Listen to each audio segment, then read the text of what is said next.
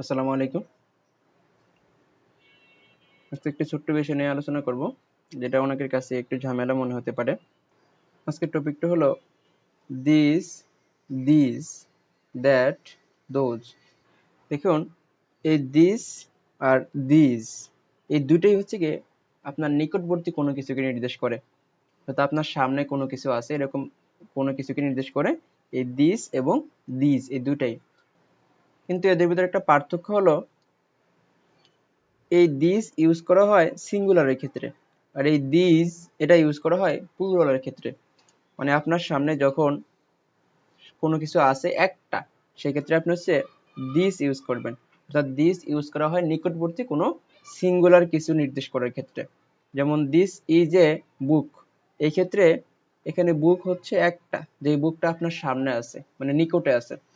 যেহেতু সামনে আছে এবং একটা, সেই জন্য এখানে দিস ইউজ করতেছি। আর যখন আপনার সামনে অনেকগুলা থাকবে, প্লুরাল, আপনার নিকটে থাকবে কিন্তু অনেকগুলো, সেই ক্ষেত্রে হচ্ছে দিস ইউজ করব। সেক্ষেত্রে কি ইউজ করব? দিস ইউজ করব। যেমন this boys are playing football. এখানে ধরুন আপনি একটা মাঠের পাশে দাঁড়িয়ে আছেন, সেখানে দেখতেছেন কিছু ছেলেরা বল খেলতেছে। তখন আপনি এই কথাটা যখন বলতে যাবেন ইংলিশে, তখন বলতে হবে কি, this boys are playing football. যেহেতু এখানে বয়েজ হচ্ছে প্লুরাল, অনেকগুলা ছেলেরা, কিন্তু আবার আপনার সামনে দাঁড়িয়ে আছে, সেক্ষেত্রে এখানে কি ইউজ করব? দিস ইউজ করব। তাহলে এখানে এই দিস আর এই দিস দুটাই আপনার নিকটবর্তী কোনো কিছুকে নির্দেশ করবে, কিন্তু পার্থক্য হলো এই দিস ইউজ করবেন যখন আপনার নিকটে একটা আছে, সিঙ্গুলার কোনো কিছু আছে, তখন দিস ইউজ করবেন। আর এই দিস ইউজ করবেন যখন আপনার নিকটে অনেকগুলা কিছু আছে, মানে প্লুরাল, তখন হচ্ছে আপনি দিস ইউজ করবেন। এবার দ্যাট আর দোজ, এই দ্যাট এবং দোজ এই দুটোই হচ্ছে দূরবর্তী কোনো কিছুকে নির্দেশ করে।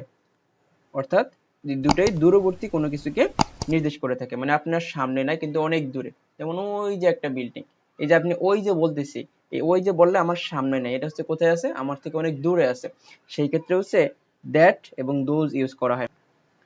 তাহলে এদের ভিতর পার্থক্যটা কি? এদের ভিতরে পার্থক্য হচ্ছে এই দ্যাট, দ্যাট ইউজ করবেন যখন দূরবর্তী কোনো কিছু একটা বোঝায়। দূরবর্তী যখন কোনো সিঙ্গুলার কিছুকে নির্দেশ করবেন, তখন হচ্ছে দ্যাট ইউজ করবেন।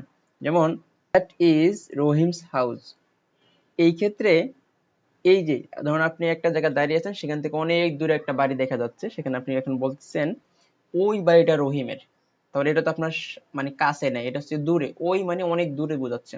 তাহলে সেই ক্ষেত্রে দ্যাট ইজ রহিমস হাউস, তাহলে রহিমস হাউস এখানে একটা হাউসকে বোঝাচ্ছে, আবার অনেক দূরে বোঝাচ্ছে, সেই ক্ষেত্রে হচ্ছে দ্যাট ইউজ করছি।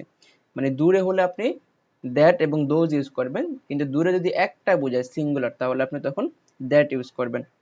অন্যদিকে কোনো কিছু দূরে আছে কিন্তু একটা না, বরঞ্চ একের অধিক, মানে প্লুরাল বোঝাবে, তখন হচ্ছে দোজ ইউজ করবেন। অর্থাৎ দূরবর্তী প্লুরাল কিছু নির্দেশ করার জন্য তখন আমরা দোজ ইউজ করব। যেমন the owner of those houses is no more. ধরুন আপনি একটা জায়গায় দাঁড়িয়ে আছেন, সেখান থেকে অনেকগুলা বাড়ি দেখা যাচ্ছে, ও সবগুলা বাড়ির মালিকই একজন ছিল, যে আর এখন নাই। তখন আপনি আপনার পাশের কাউরে দেখে বলেছেন ওই বাড়িগুলোর যে মালিক সে আর বেঁচে নেই। তাহলে এই ক্ষেত্রে এখানে এই যে হাউজেস প্লুরাল, তাহলে এখানে দোজ এর জন্য কি ইউজ করছে? দোজ, যেহেতু এটা দূরবর্তী কোনো কিছু নির্দেশ করে এবং এই সেই দূরবর্তী একটা না বরং হচ্ছে অনেকগুলো, সেই ক্ষেত্রে হচ্ছে দোজ ইউজ হবে।